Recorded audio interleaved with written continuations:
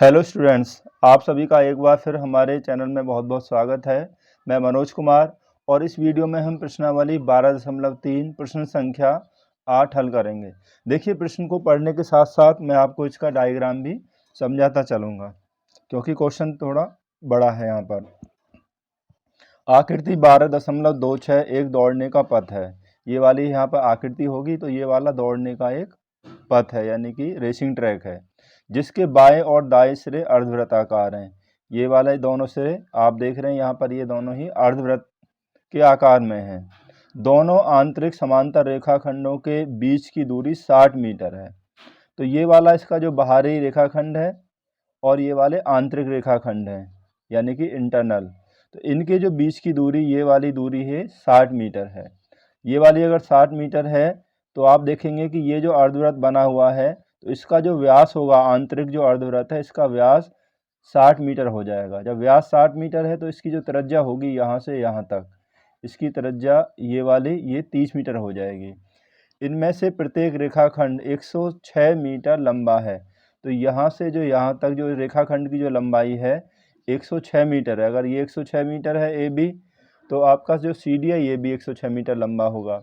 यदि यह पथ 10 मीटर चौड़ा है और ये जो आपका रेसिंग ट्रैक है इसकी जो चौड़ाई है ये 10 मीटर है, ये सारा जो ट्रैक है ये 10 मीटर चौड़ा है।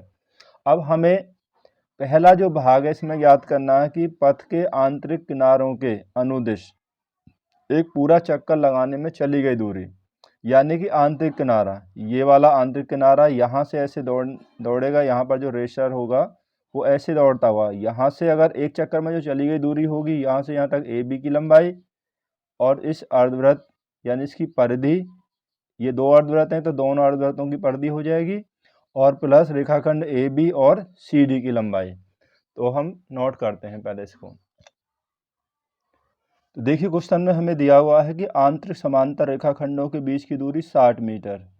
तो ये वाली 60 मीटर है तो ये अर्धवृत्त का जो व्यास हो जाएगा वो 60 मीटर हो जाएगा। जब व्यास 60 है तो त्रिज्या, जो आंतरिक त्रिज्या है यहाँ से यहाँ तक वाली त्रिज्या हो जाएगी, त्रिज्या व्यास की आधी होती है, व्यास 60 है तो त्रिज्या हो जाएगी आपकी 30 मीटर। और हमारे पथ की जो चौड़ाई है वो 10 मीटर है। तो बाहरी त्रिज्या यानी कि यहाँ से लेकर यहाँ तक की, या यहाँ से यहाँ तक, ये वाली जो त्रिज्या होगी ये पूरी त्रिज्या, बाहरी त्रिज्या। तो इसमें जो आंतरिक जो त्रिज्या है इसमें इस पथ की जो चौड़ाई है इसको हम प्लस कर देंगे, यानी कि जोड़ देंगे, तो ये हो जाएगी 40 मीटर। और प्रत्येक समांतर रेखाखंड की जो लंबाई है यहाँ से यहाँ तक, ये वाले ये 106 है तो ये भी 106 हो गई। तो जैसा कि पहले भाग में है, पथ के आंतरिक किनारों के अनुदिश एक पूरा चक्कर लगाने में चली गई दूरी, तो ए बी की लंबाई प्लस सी डी की लंबाई और प्लस दोनों अर्धवृत्ताकार सिरों की परिधि। ये जो अर्धवृत्ताकार सिरे हैं यहाँ से यहाँ तक, इनकी ये परिधि हो जाएगी, क्योंकि अर्धवृत्त हैं तो इनकी परिधि होगी। तो चली गई जो दूरी होगी A B plus C D plus 2 गुणा अर्धवृत्त की परिधि। तो ये वाली ए बी और ये रेखाखंड सी डी की लंबाई और दोनों जो अर्धवृत्त हैं इनकी परिधि। तो ए बी की लंबाई जो है 106 मीटर और सी डी भी आपका 106 मीटर प्लस 2 गुणा, 2 इसलिए क्योंकि दो अर्धवृत्त हैं। तो देखिए, वृत्त की जो परिधि होती है वो होती है 2πr, लेकिन हमें अर्धवृत्त की निकालनी है तो अर्धवृत्त के लिए आधी होगी, तो 1/2 यहाँ पर हम लगा देंगे, 1/2 गुणा 2πr, तो ये हो जाएगी अर्धवृत्त की परिधि। तो अर्धवृत्त की परिधि 1/2 गुणा 2πr, या πr भी लगा सकते हैं। यहाँ हम 2 से 2 को कैंसिल कर लेंगे, तो 106 प्लस 106 ये हो जाएंगे आपके 212 प्लस 2 गुणा पाई का मान 22/7, और आर हमारे पास यहाँ पर जो आंतरिक जो त्रिज्या है वो 30 है, ये वाली यहाँ से यहाँ तक की ये आंतरिक त्रिज्या 30 है। तो यहाँ 212 प्लस, इससे गुणा कर लीजिए कि 3 से हम पहले 2 को गुणा करेंगे, 3 गुणा 2 6, और 6 की इसमें गुणा करेंगे 22 में, तो 6 दूनी 12, 6 दूनी 12 और 13, जीरो के जीरो, 1320/7।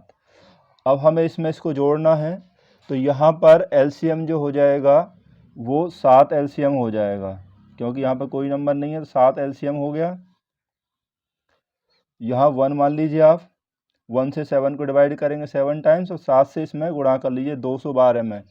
7 से अगर गुणा करेंगे तो ये हो जाएगा 1484 प्लस 7 से 7 कैंसिल हो जाएगा, 7 से 7 कैंसिल हो जाएगा एक बार, और 1 से इसमें मल्टीप्लाई करेंगे तो हो जाए ये ऐसे आ जाएगा 1320 से बराबर। अब हम इसको दोनों को जोड़ दीजिए, तो हम 1484 में 1320 अगर हम जोड़ेंगे तो ये हमारे पास हो जाएगा 2804 बटा 7 वर्ग। तो ये इसकी जो लंबाई थी हमें, तो लंबाई के लिए आ जाएगा इसमें ये मीटर, यानी कि एक चक्कर में जो चली गई जो दूरी होगी, दूरी का मात्रक जो होगा यहाँ पर मीटर आ जाएगा। यहाँ से यहाँ तक ये जो दूरी है ये पूरी एक चक्कर में चली गई दूरी 2804/7 मीटर हो गई। अब इसका जो सेकंड भाग है यहाँ पर पूछा है पथ का क्षेत्रफल। अब हमें ये जो है इसका क्षेत्रफल भी ज्ञात करना है। देखिए अब हम यहाँ पर जो क्षेत्रफल है यहाँ पर कुछ बिंदु लिख लेते हैं, ए बी हो गया, सी डी, तो ई एफ, और यहाँ मान लीजिए जी और एच, ये हो गया।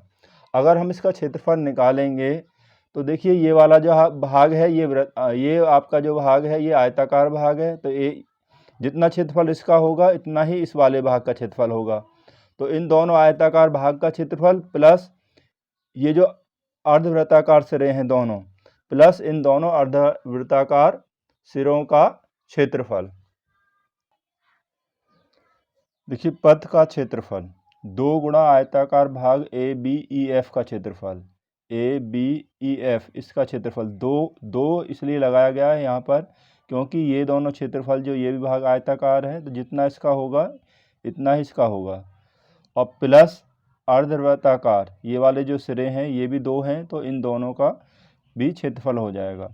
तो 2 गुणा आयत का क्षेत्रफल हो जाएगा लंबाई गुणा चौड़ाई, यानी कि लंबाई गुणा चौड़ाई, और प्लस अर्धवृत्ताकार सिरों का क्षेत्रफल हो क्योंकि 2 हैं तो इसलिए 2 लगा लेंगे, 2 गुणा इसका अर्धवृत्त है तो ये होगा 1/2 pi capital R square minus small R square, क्योंकि यहाँ पर जो त्रिज्याएँ हैं बाहरी और भीतरी त्रिज्या दी हुई हैं, यानी कि ये वाला जो भाग है ये आपका एक वलय के रूप में है, यानी कि यहाँ पर हम रिंग फार्मूला का प्रयोग करेंगे। तो 2 गुणा लंबाई जो है यहाँ से यहाँ तक 106 मीटर, और जो चौड़ाई है यानी कि ये वाली जो चौड़ाई जो मार्ग की जो चौड़ाई है वो आपको दी हुई है 10 मीटर, प्लस यहाँ 2 से हम 2 को कैंसिल कर लेंगे और पाई का मान 22/7, और यहाँ पर हो जाएगा कैपिटल आर जो बाहरी त्रिज्या है जो हमने निकाली थी देखिए 40 मीटर, और आंतरिक त्रिज्या ये आपकी 30 मीटर, तो 40 का वर्ग माइनस आंतरिक त्रिज्या थी 30 तो ये 30 का वर्ग। तो 2 गुणा 106 में 10 से गुणा करेंगे तो ये हो जाएगा 1060 प्लस 22/7। 40 का वर्ग अगर हम करेंगे तो 4 का वर्ग 16 और यहाँ 2 जीरो 1600 हो जाएगा, और 30 का वर्ग करेंगे यानी 3 का वर्ग कर लीजिए 9, और यहाँ पर ये 2 जीरो यानी 30 का वर्ग 900 हो जाएगा। तो 2 से इसमें गुणा कर दीजिए, 2 जीरो 2 छिक्के 12 और 2 एकम 2 यानी कि 2120, और प्लस यहाँ हो जाएगा 22/7 गुणा 1600 से यहाँ पे आप अगर 900 माइनस करेंगे तो हमारे पास बच जाएगा यानी कि 700। अब इस 7 से हम इस 700 को कैंसिल कर सकते हैं तो ये हो जाएगा 100 बार। अब यहाँ बचा 2120 प्लस 22 गुणा 100, 22 की अगर 100 में गुणा करेंगे तो ये हो जाएगा आपका 2200 इक्वल टू, अब हम 2120 में इस 2200 को प्लस कर दीजिए तो हमारे पास हो जाएगा 4320 वर्ग मीटर। तो इस जो वृत्ताकार ये जो हमारा जो रेसिंग ट्रैक है इसका जो क्षेत्रफल हो गया 4320 मीटर। Thank you.